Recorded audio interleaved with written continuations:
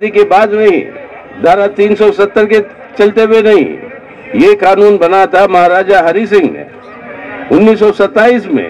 ये कानून ले आए थे कि वहाँ की सुरक्षा के लिए, कश्मीर और जम्मू के लोगों की सुरक्षा के लिए बाहर के लोगों को खरीदने की इजाजत नहीं। और ये कानून अलग से सिर्फ जम्मू कश्मीर के लिए नहीं है, बहुत सारे प्रांत है हमारे देश के अंदर, भारत के अंदर, जहाँ पर ये कानून लागू होता है। आज भी हिमाचल प्रदेश में बाहर के लोग वहाँ पर जमीन नहीं खरीद सकते। आज भी कई सारे उत्तरी पूर्व में आपके कई सारे राज्य है जहाँ पर आप जो है जमीन बाहर के लोग नहीं खरीद सकते। तो ये कानून लागू किया गया है कि वहाँ की जमीन की और संपत्ति की सुरक्षा वहाँ के लोगों तक वो पहुँचे, सबसे पहले प्राथमिकता उनकी हो।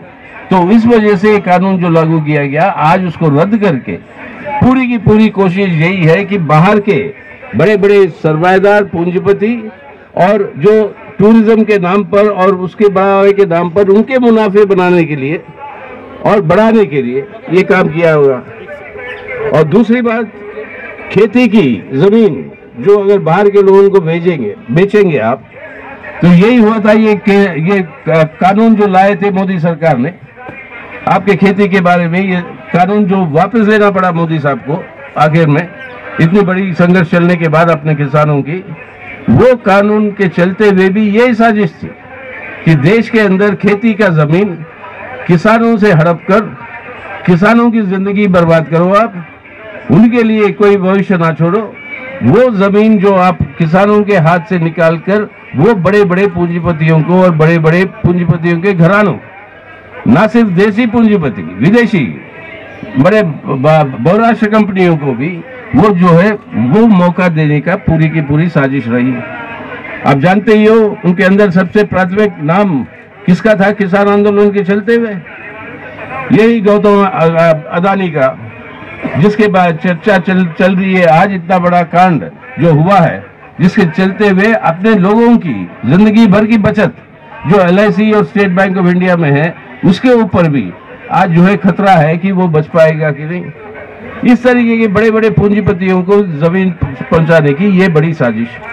पहली बात तो ये रही। दूसरी बात, वहां पर जो जम्मू कश्मीर के अंदर ये कानून के तहत ऐसा जमीन था जो कॉमन प्रॉपर्टी थी सबकी, और वो कॉमन प्रॉपर्टी के ऊपर कभी आपके गायों को भैंसों के लिए, उनके लिए चारा के लिए इस्तेमाल होता था, या कोई और वहाँ की समाज के लिए और लोगों की फायदा के लिए कभी कभी कोई फंक्शन हॉल बनते थे, कोई ऐसी चीजें बनती थी जो सहूलत के लिए।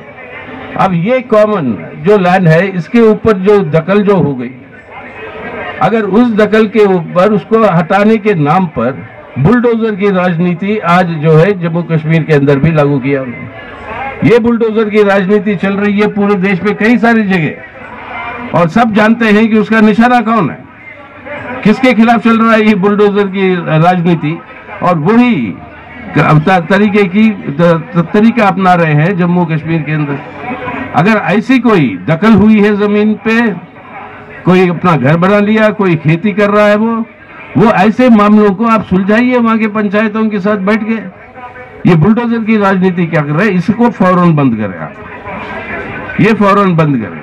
तीसरी बात, जम्मू कश्मीर के अंदर आज लोगों के सामने दिक्कत यह है कि कौन है उनके प्रतिनिधि, किसके पास जाकर उनको अपनी समस्या रख पाए।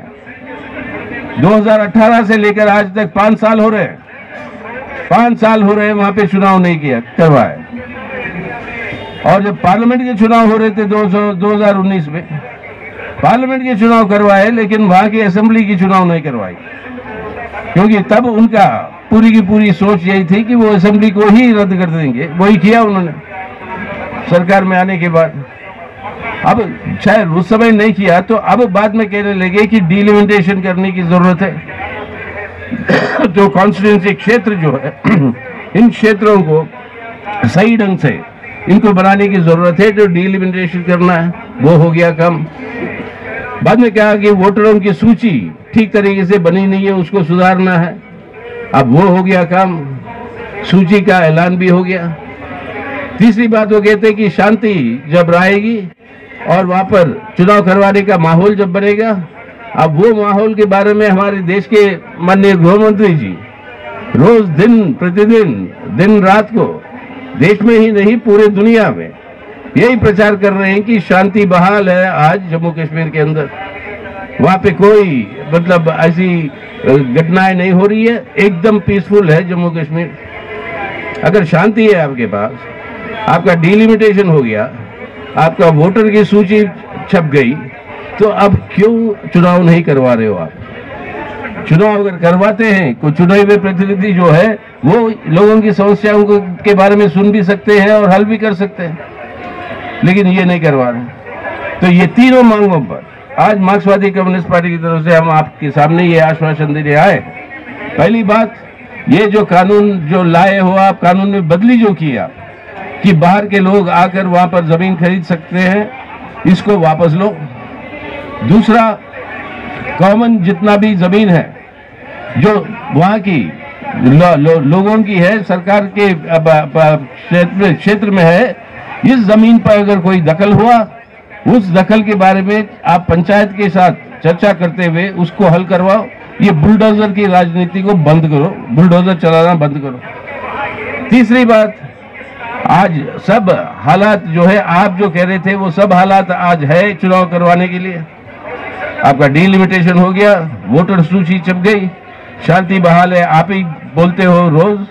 तो ऐसी परिस्थिति में वहां पे जल्द से जल्द असेंबली के चुनाव करवाओ। ये तीनों मांगे आज जो है हमारी मार्क्सवादी कम्युनिस्ट पार्टी की तरफ से हम जम्मू कश्मीर के आवाम को हम अपनी ये कहना चाहेंगे स्पष्ट रूप से, इन तीनों सवालों के ऊपर पार्लियामेंट के अंदर हो या पार्लियामेंट के बाहर हो, मार्क्सवादी कम्युनिस्ट पार्टी इन तीनों सवालों को लेकर जनता के बीच में जाएगी और ये दबाव डालेगी सरकार के ऊपर कि इन तीनों को आज आपको मानना पड़ेगा, क्योंकि ये केंद्रीय प्रशासन है और पूरे निर्णय दिल्ली से होते हैं।